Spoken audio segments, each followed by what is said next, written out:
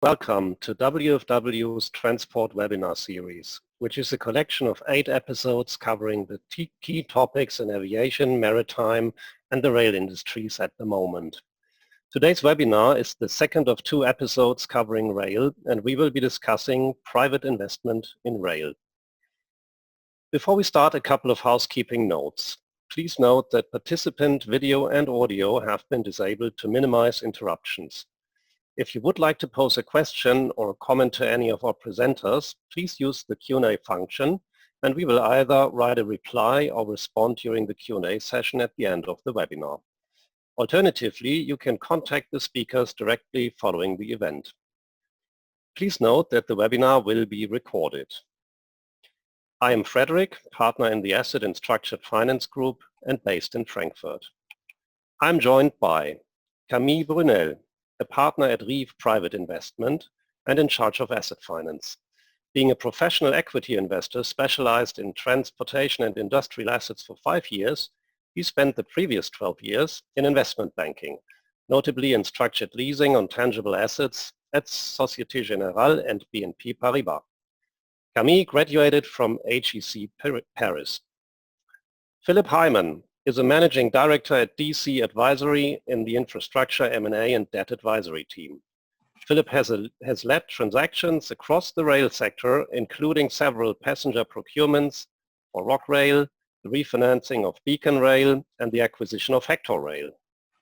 Juliette van Enckevort is the global lead land transport at ING, responsible for the bank's clients active in freight and passenger land transport, comprising rail, buses, chassis, trailers, and light rail metro. Juliette has over 15 years of experience in originating and arranging financing for clients in the power, renewables, oil and gas, and transport industries. And finally, my colleague Louise Mor. She is a partner in the Assets and Structured Finance Group in London and will be moderating the panel discussion today. Hey, thanks for the introduction, Frederik. And welcome to you all. Thanks for joining us, and many thanks to our panelists, of course, for having agreed to spend this hour with us on the topic of private investment in the rail industry. I'm delighted to be moderating this panel session, which is going to be divided into 3 sections: the pandemic, the market more generally, so including targets and key factors for investment, and then finally a Q&A session with questions from the audience. And we'll begin by discussing the impact of the COVID-19 pandemic. And Camille, perhaps you could start us off. So the first question, Camille, please, is how has your portfolio reacted during the pandemic, and what are your key concerns in the short and medium term? Thank you, Louise, and hello to everybody.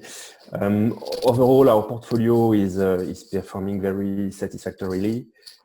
We have only asset used for freight business, mainly for local traffic and shunting activities, and those segments appear to be very resilient since the beginning of the pandemic.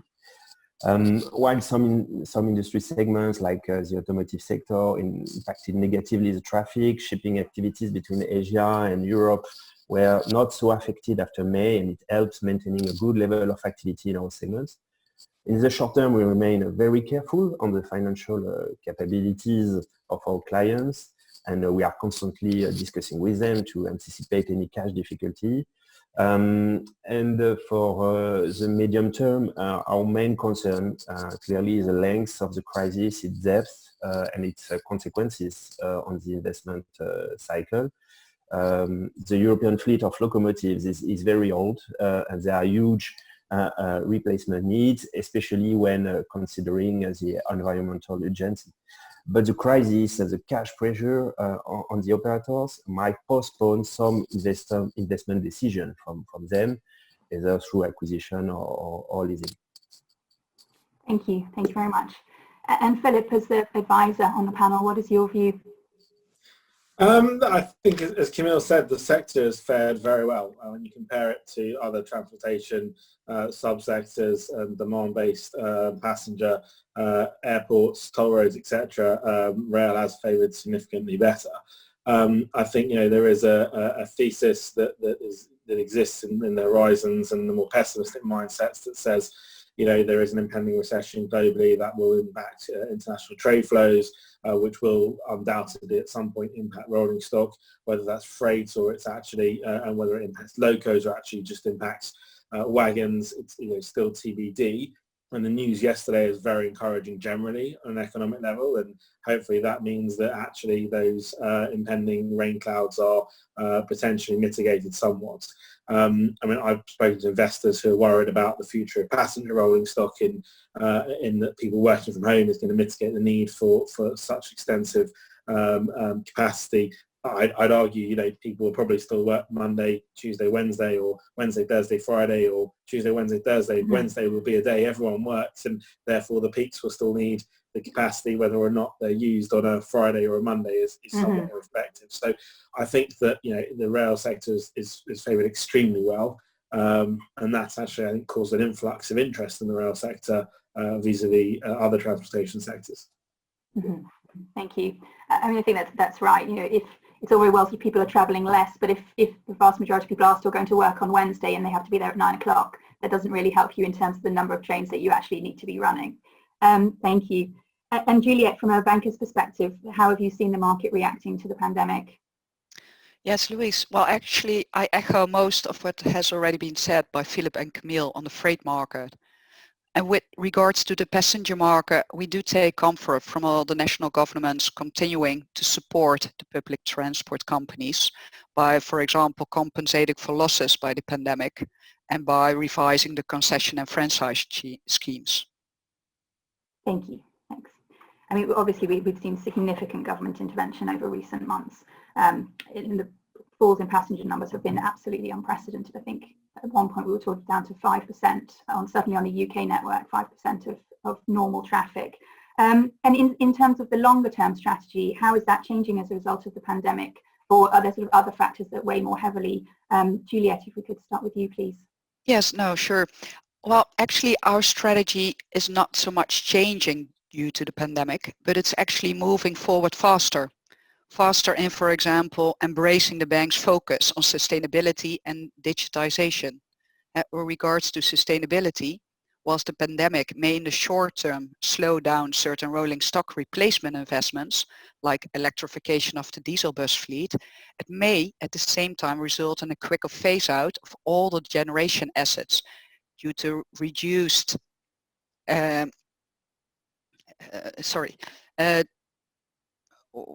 wait, I have a technical bleep here.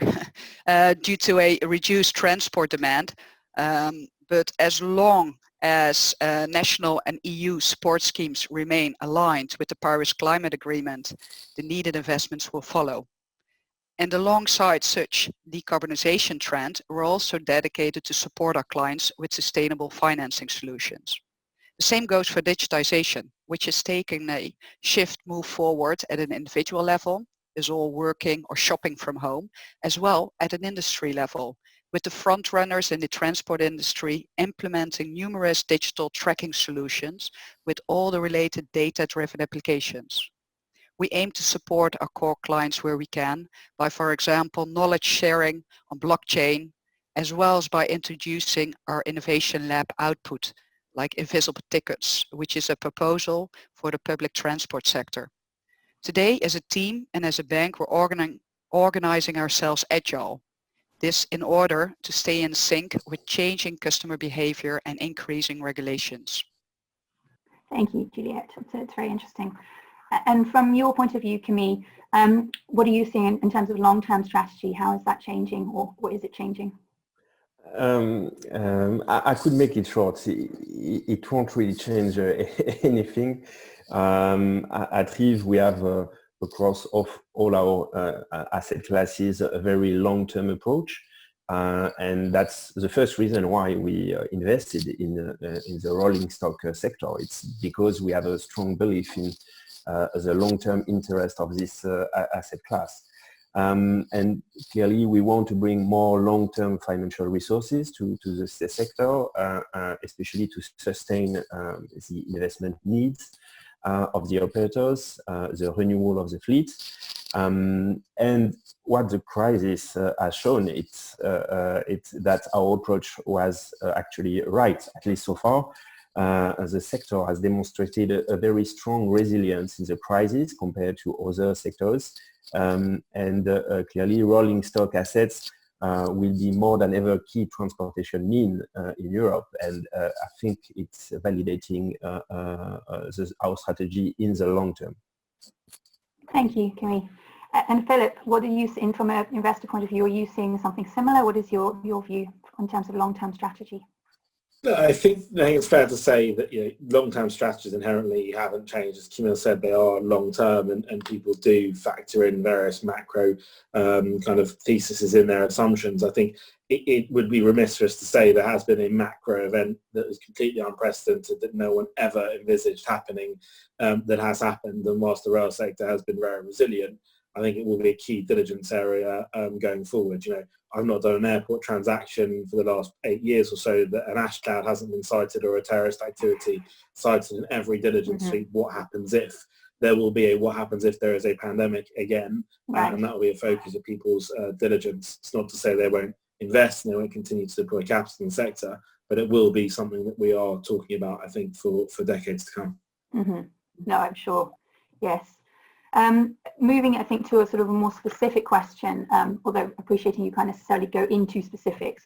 In your experience over the last few months, and I think it's probably a question for you to start with, have you found lenders and institutional investors to be receptive to the waiver requests that have been coming in, and do you think the approach that they are taking will sort of continue as we move through the pandemic, although hopefully we're moving through more quickly now, or do you think we're going to actually sort of move to restructuring of deals and calls for equity to step up and sort of step in?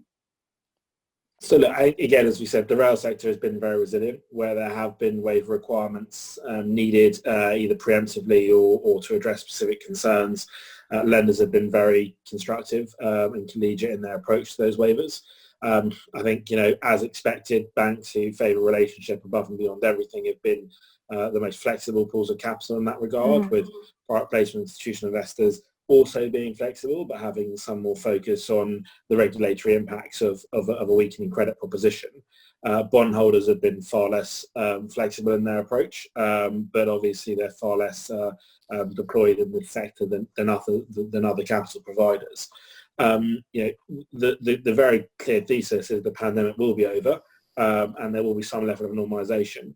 Whilst the question mark is, does that come back to 100% utilisation of the requirements that were in place prior to the pandemic or not, is a big question mark. But we've talked about that Wednesday peak, which I think people do believe will still be there, and therefore will demand the same levels of stock. And Camille's already noted we've got an aged fleet that needs to be replaced. So I think fundamentally there's been a lot of support. Where it becomes a little bit more interesting is where there are programs that are in manufacturing phases, where they've been delayed due to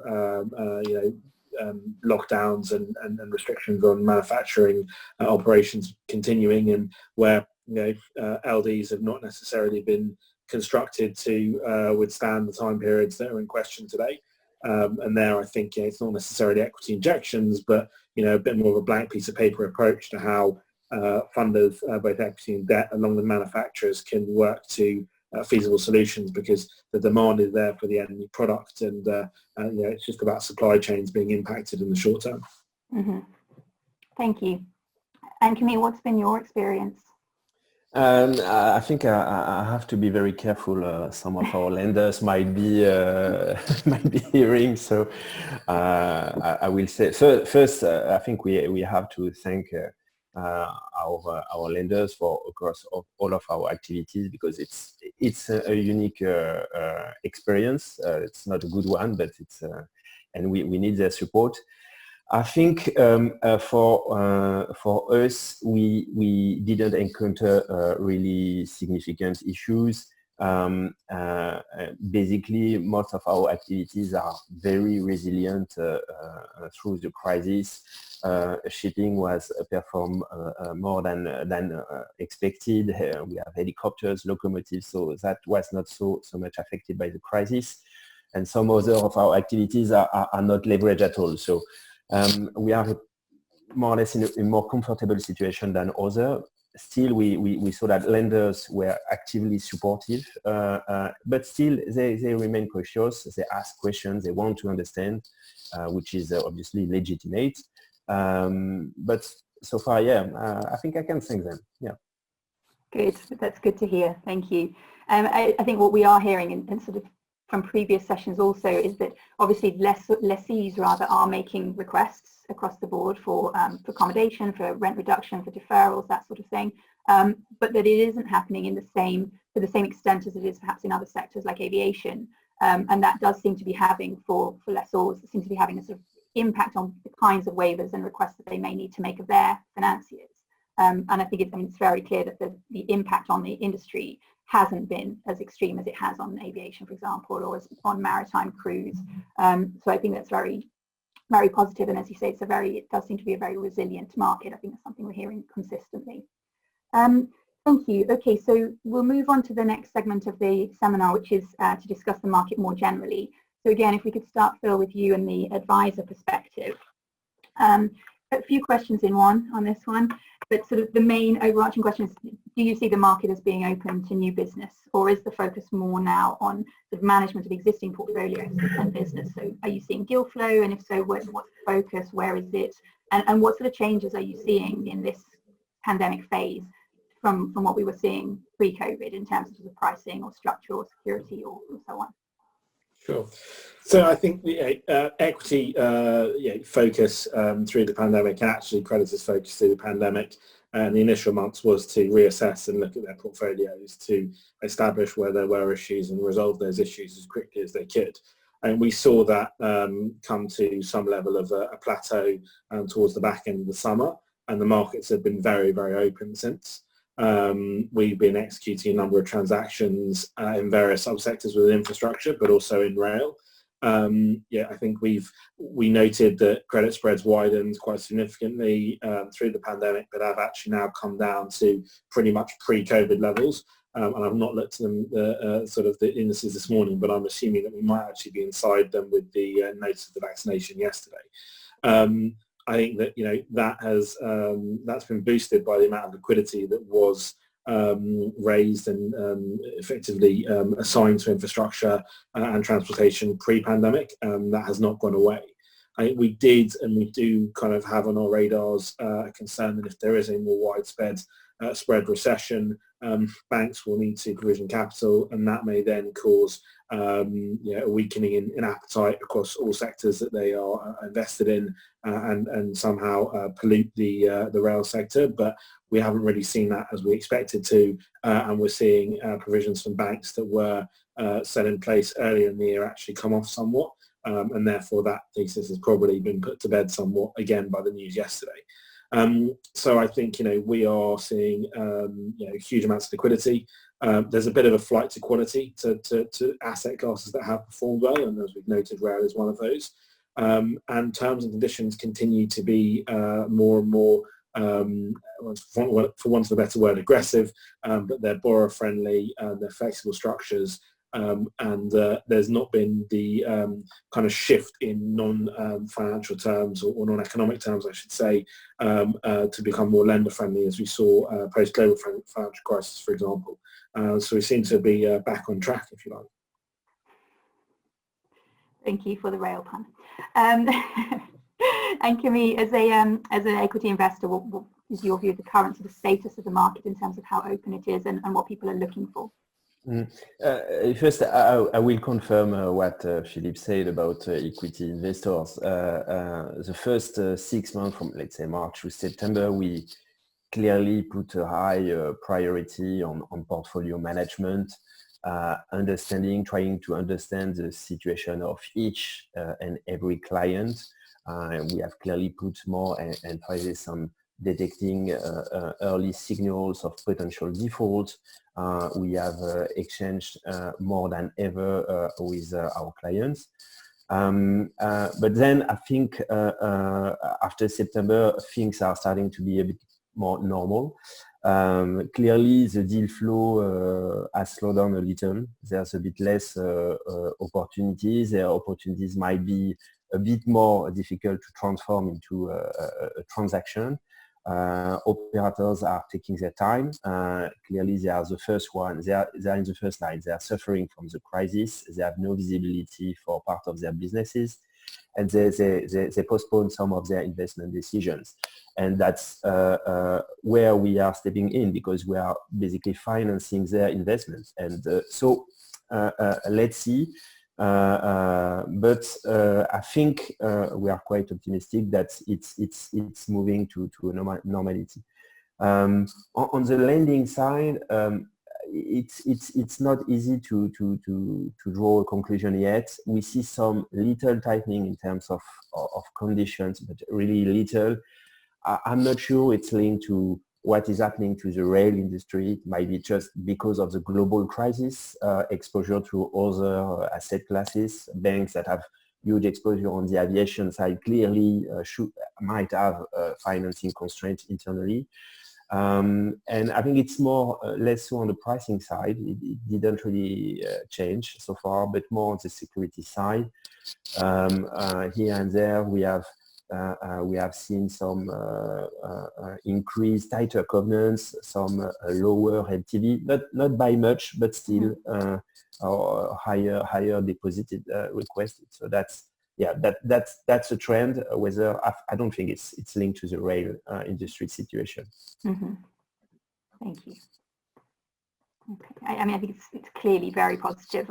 We seem to be moving away from the very early sort of hunkering down and just wait and see what happens and protect your existing clients and assist your existing clients, and sort of moving through, as we move through the pandemic, towards back into a more normal situation, as you say, with a sort of opening of the market and money available for investing. So that's very good to hear. Thank you.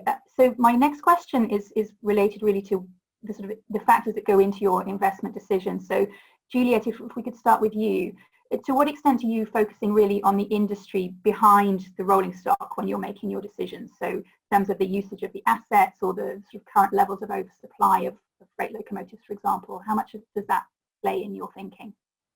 It does play a big role, and we keep a close eye on actually the complete transportation value chain.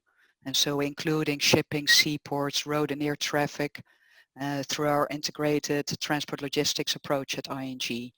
Furthermore, we also do follow the industries of our clients, chemicals, food and agri-steel, energy, consumer goods, etc. It will all impact the need for specific rolling stock, or actually the lack of demand for it. So the impact of the pandemic in combination with the impact from the drop in oil price earlier is different for the industry serviced by our client. The impact may be harsher, it may be delayed, as well the recovery speeds will differ. So further, we also take into account the foreseen impact from the energy transition.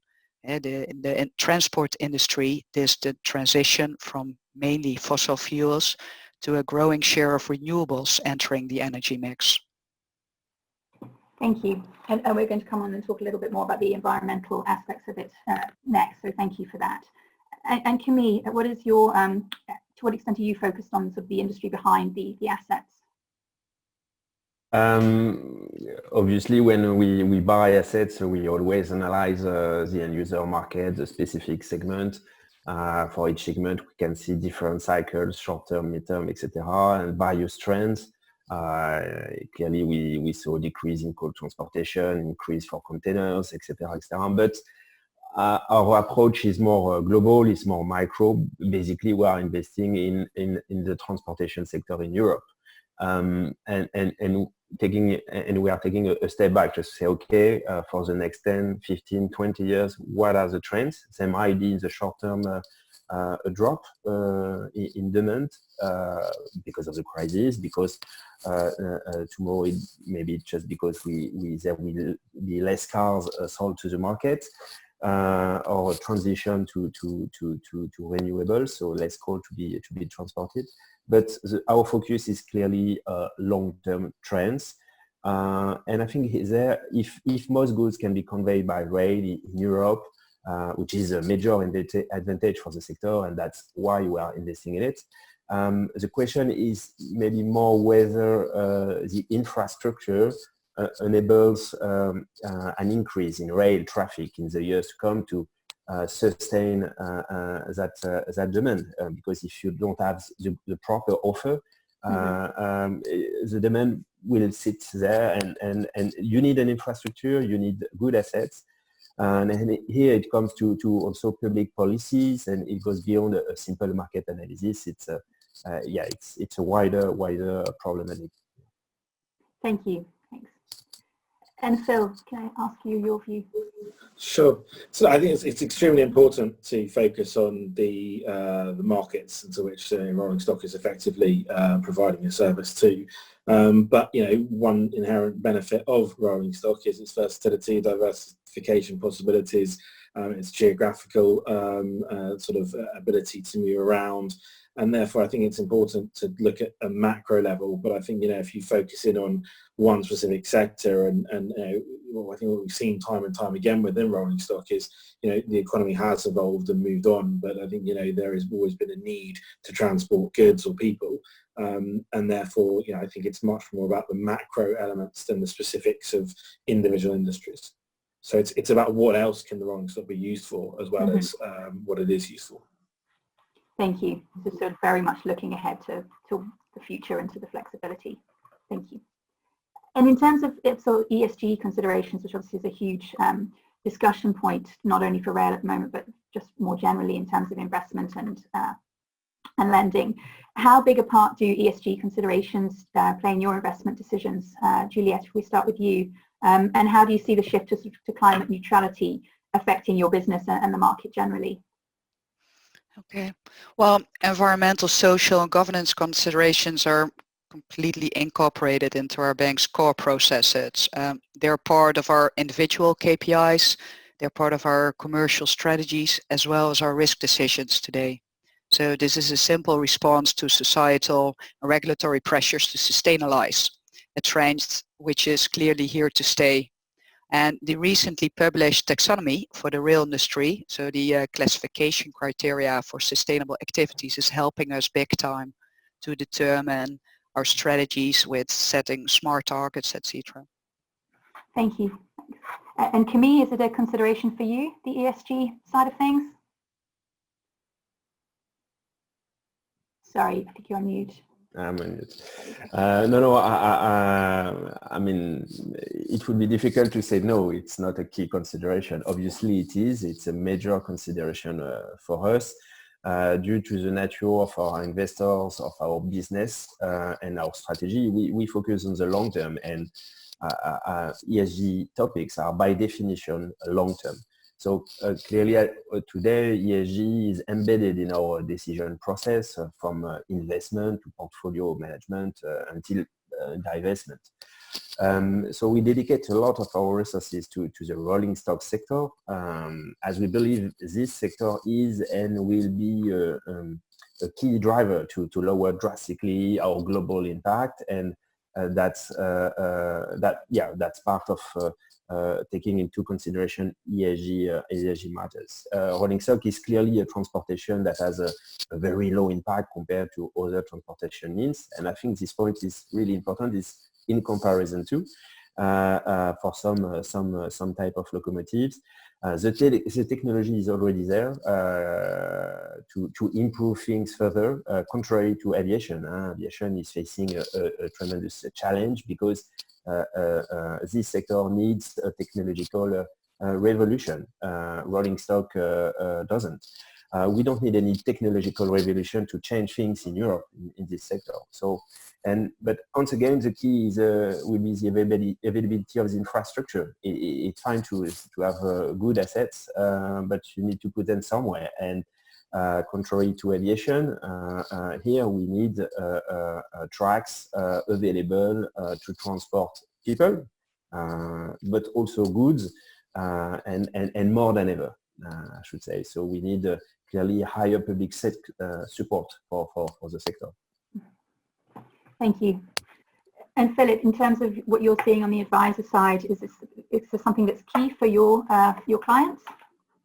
Yeah, no, I think Camille said it's about relativity, because what we've seen is a very knee-jerk reaction from investors on both equity and credit side to say, right, we're going to now be very focused on ESG. Our LPs are asking us to be, very cautious about what we invest in, and that's led to investment decisions that say, for example, we're not going to support diesel rolling stock. And you say, well, yes, but diesel rolling stock is facilitating a service on a non-electrified line, and vis-a-vis road traffic or air is significantly more better for the environment, and therefore from a relative perspective it is a better proposition.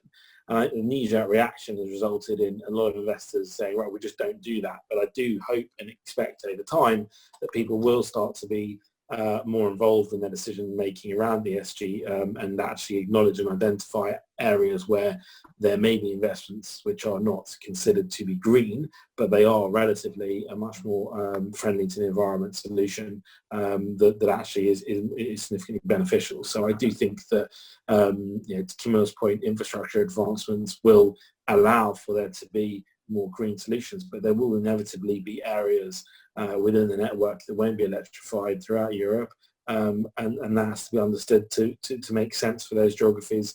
They may be more rural, and the environmental impact of building potentially in those areas could outweigh the impact of the diesel stock facilitating the access to those areas in the intervening periods. Thank you.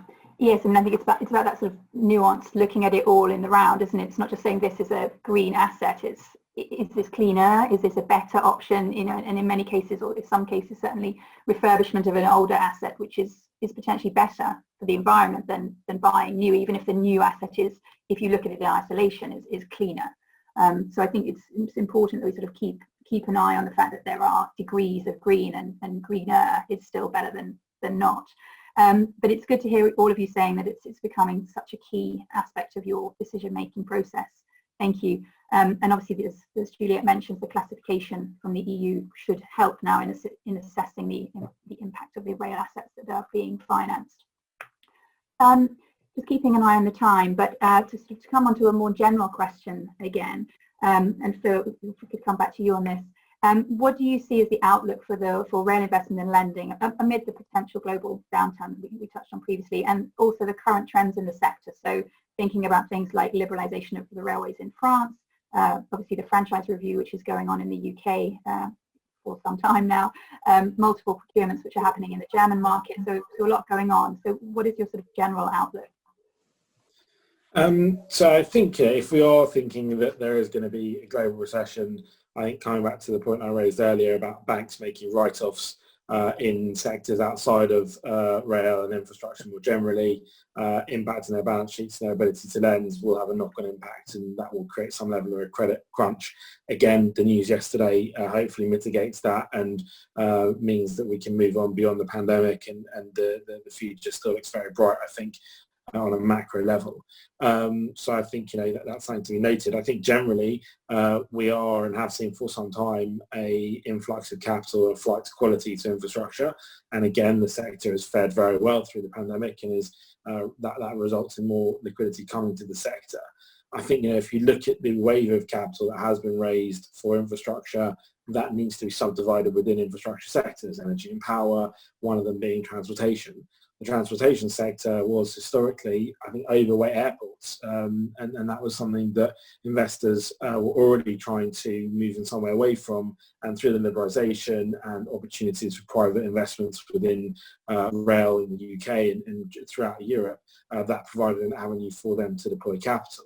I think as that increases over time, that's going to become more and more of a focus area because of the fact that it has withstood through the crisis and the pandemic, and that's only going to have more of an influx of capital into rail, and therefore going to be demonstrative of competition in the sector, prices going up and returns coming down, etc. And it's an additional question, but where are you seeing capital coming from at the moment? So. We're seeing a huge amount of capital coming from pension insurance funds through, capital raised in funds. You're seeing, GIP and Brookfield and KKR raising mammoth Goliath funds that need to be deployed. You're seeing directs come more and more to the fold.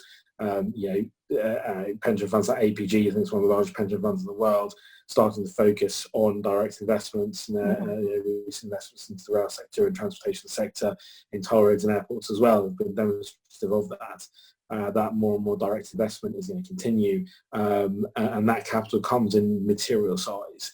That then filters down to smaller funds in more niche plays as well. So I think there is a wave of liquidity, and I think as other sectors fare less well in the crisis, there will be reallocations of capital within those institutions towards infrastructure, because they need to invest. They can't just sit on it, especially Euro capital sitting on that at the moment is not an attractive return. Thank you. And Camille, what's your outlook at the moment? Maybe as an investment firm, we may be more cautious than other private equity investors. Clearly, the current situation is challenging, but still we remain quite positive for the sector. When I look at the amounts of funds available for the aviation industry currently, I'm really optimistic for the rail industry, because it's faring well in comparison. Phillip mentioned a flight to quality. Yes, relatively, rail sector is clearly a better sector to be in as an investor than aviation currently. It will be also a question about what the industry will do. Manufacturers need to offer good products to satisfy the demand, to renew the European fleet, to have cleaner products, but also affordable products, especially on the freight side, which is less subsidized, and its lessor needs to provide funds, and public authorities need to let's say improve the infrastructure. Again, I'm mentioning that because I think it's key, and it might be the point where the rail industry will have a bright future, or less so bright. It's whether or not infrastructure is at the level of our expectations for the years to come. But I think we have collectively here an opportunity and maybe a responsibility to accelerate some changes in the sector. Thank you. Thanks. And Juliette, on your side, how are you viewing? What's your outlook for the coming time? Well, it's we're not there yet, right? But just in short, I think whereas the passenger side of the rail industry was hit the quickest and perhaps the hardest, it's also slowly entering into the recovery modus. However, with strong governmental support schemes. On the freight side of the industry and the rolling stock leasing business, they may not have seen the depth of the pandemic crisis yet, hence all hands on deck. Mm-hmm. And then, depending on the length and the depth of the crisis and the European political agenda on decarbonization, sustainable rail transport could be tomorrow's mobility. So, thank you. I think obviously it really remains to be seen how much longer that government support stays in place and what the extent of that is. I mean, obviously for the UK side, we're looking at 18 months down the line, with not huge amounts of information about what comes after that. So it's something definitely sort of watch this space. But thank you very much all of you for your very interesting responses. And although obviously some of you seem more cautious than others, on the whole it seems to be a positive message, I think, in terms of the future. It's clearly a very resilient sector. It's coming across very clearly. I mean, I think if we look at sort of predictions from industry sources, Moody's, for example, are saying that passenger traffic and rail volumes get back to normal by about 2022. Whereas on the aviation side, IATA are predicting at the moment 2024 for a return to pre-COVID levels. So rail is clearly much better positioned than other transportation sectors, I think. Thank you again, all of you, for your answers. I think we have time now for some questions from the audience. So we may not be able to get to everything, but we'll do our best. And if we don't get to answer your question, then we'll follow up with you after the session directly with the questions that you raise. Just give me a second.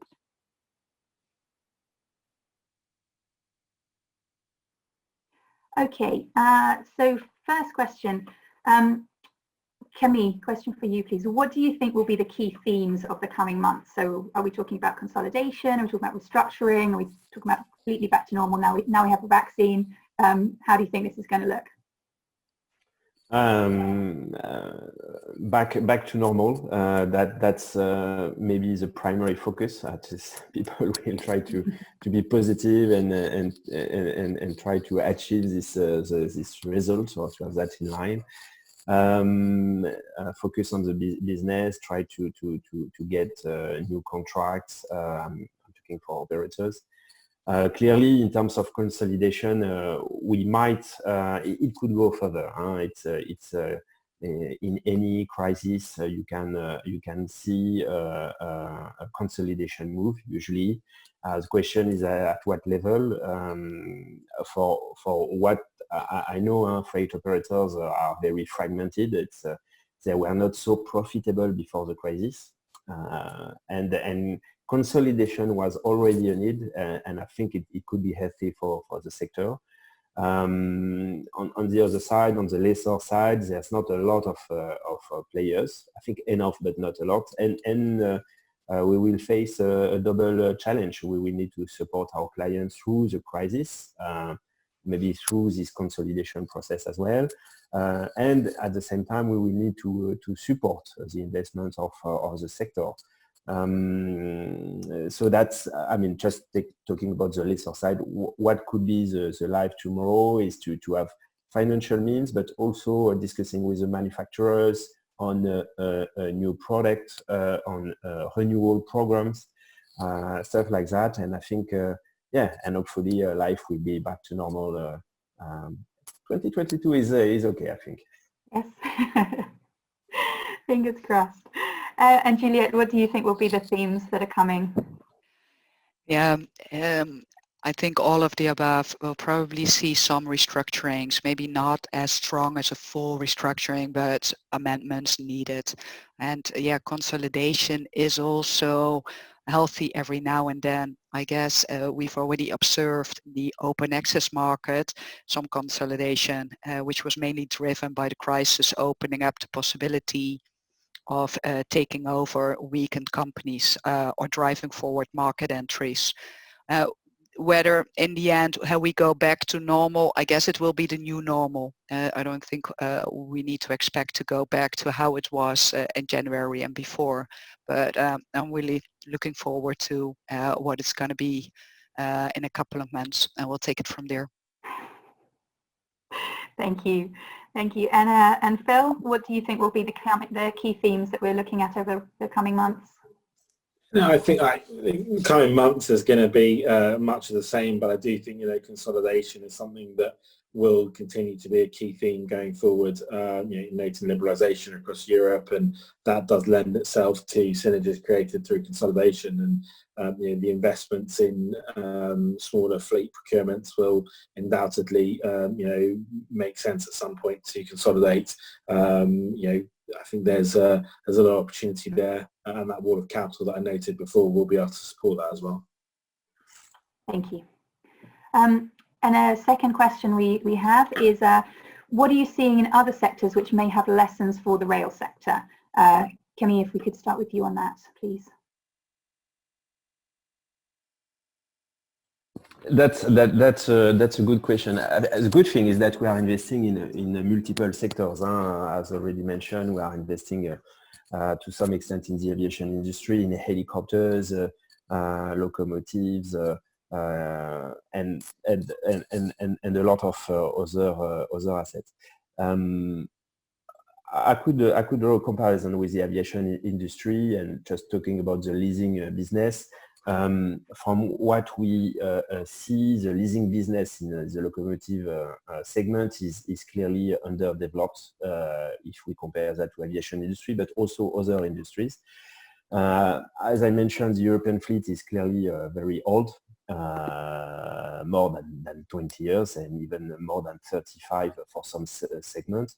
And I think to some extent, the lack of leasing is linked to the age of the fleet, or the reverse. And the operators might consider using more leasing solutions to support their investment plans while keeping some financial flexibility. I'm talking about through operating lease, and keeping this financial flexibility is clearly a key during a crisis. but renewing their fleets should give the operator more efficiency. It will lower their maintenance costs, their energy consumption. It will improve the operational reliability, which is a key for the industry.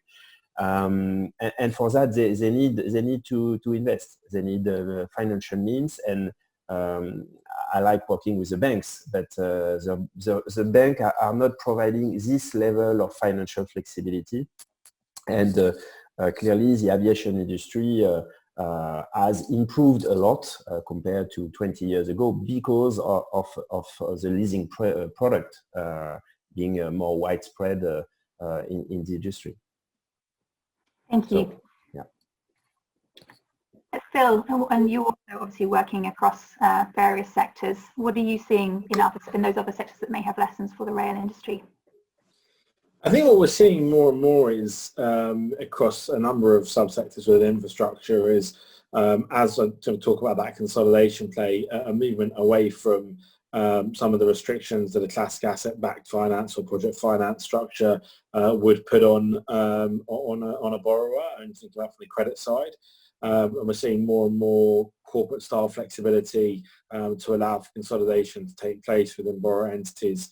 And whilst still providing a secured solution, allowing the ability for borrowers to grow and develop and diversify somewhat within different types of rail, rolling stock, freight, locos, etc., but also internationally.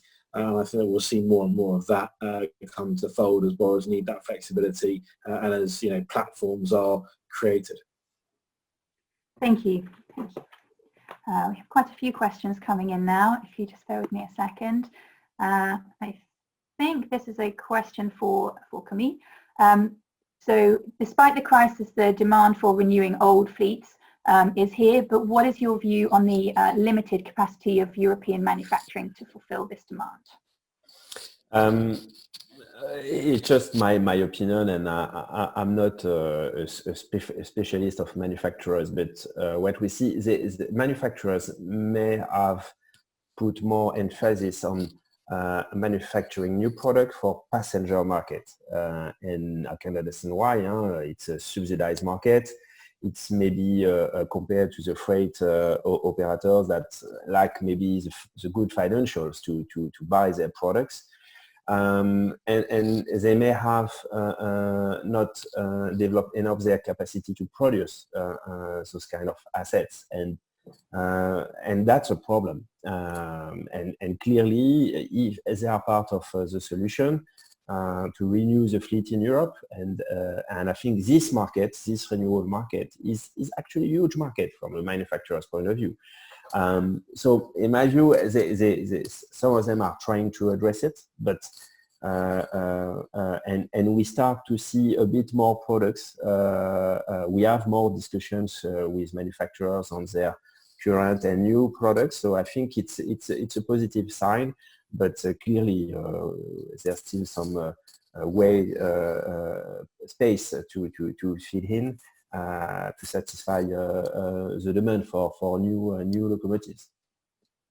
Thank you. Thanks. Alexander, I hope that answers your question.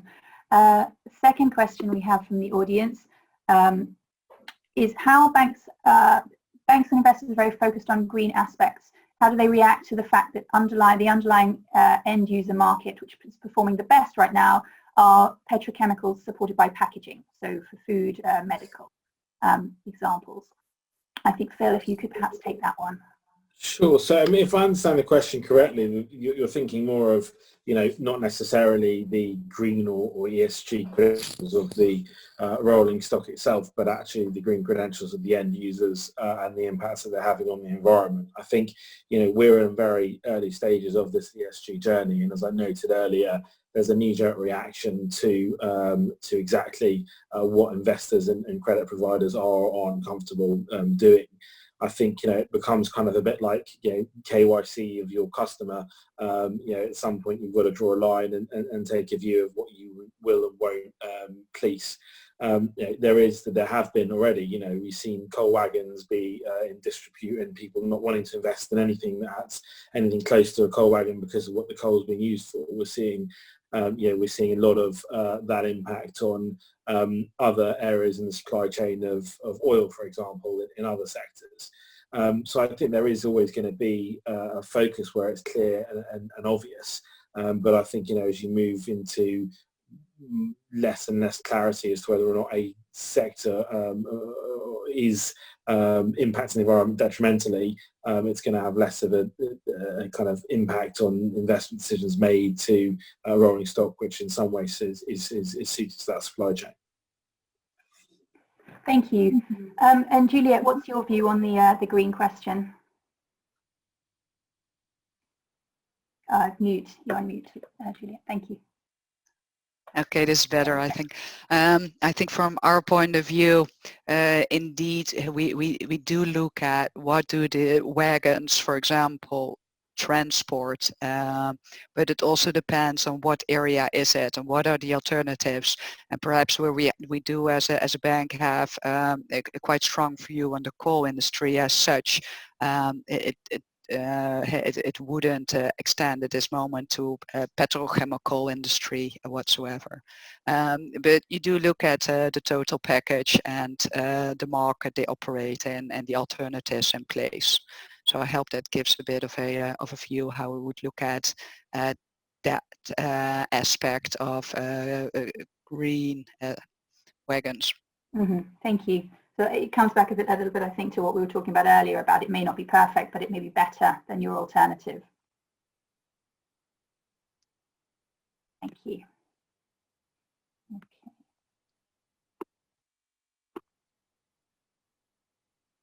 Sorry, I'm just checking if there are any further questions to be answered.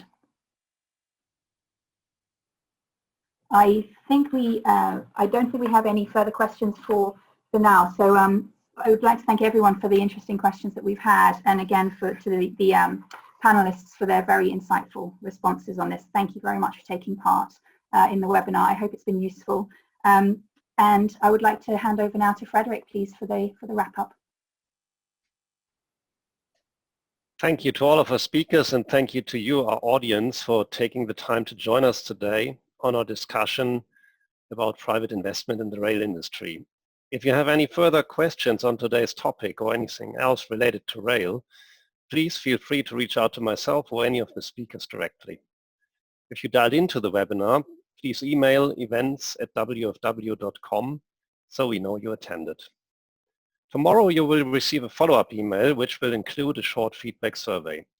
Your feedback is very important to us to ensure that we're delivering events that are relevant and engaging. For more information about any of the episodes in our Transport webinar series, please visit our website. Thank you and goodbye.